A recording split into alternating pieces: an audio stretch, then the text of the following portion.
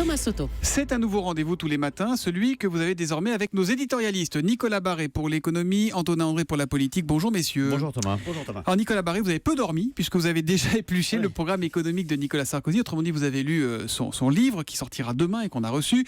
En quoi l'ex-président se distingue-t-il de ses concurrents à droite, Nicolas ? En fait, il se distingue très fortement sur deux points qui sont sa stratégie économique et sa philosophie économique. Sur la stratégie, Nicolas Sarkozy assume très clairement l'idée d'une baisse massive des impôts, 10% pour tout le monde sur l'impôt sur le revenu tout de suite, une baisse très forte aussi de la fiscalité de l'épargne pour s'aligner grosso modo sur nos voisins.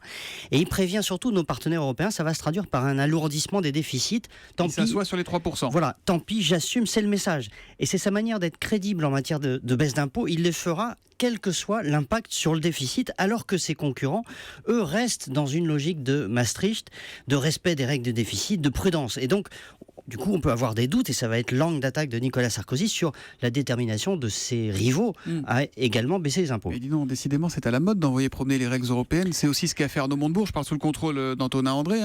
C'est pas dangereux d'envoyer promener comme ça ces règles européennes, tous les traités ? Alors, oui, sa stratégie est double, si vous voulez. Il dit, les taux d'intérêt sont à zéro.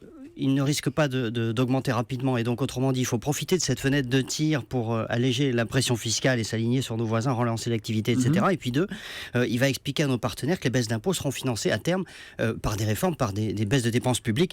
Et là, évidemment, c'est le point faible. Est-ce qu'il tiendra cette promesse ? Ça, nul ne peut le dire. Et en quoi il se distingue sur sa philosophie économique, Nicolas Sarkozy, par rapport à ses concurrents ? Il se démarque sur le libéralisme. Il ne dit pas qu'il faut un grand coup de vent libéral sur le pays. Il est plus prudent. Il cherche une voie entre l'étatisme socialiste et le libéralisme à la mode à droite. Il est volontariste sans être dirigiste, réformateur sans être totalement libéral.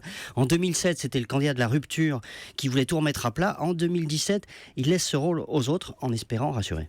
Et il met aussi, juste petite parenthèse, lui il est pour la dégressivité des allocations chômage. Il le dit très clairement dans le livre.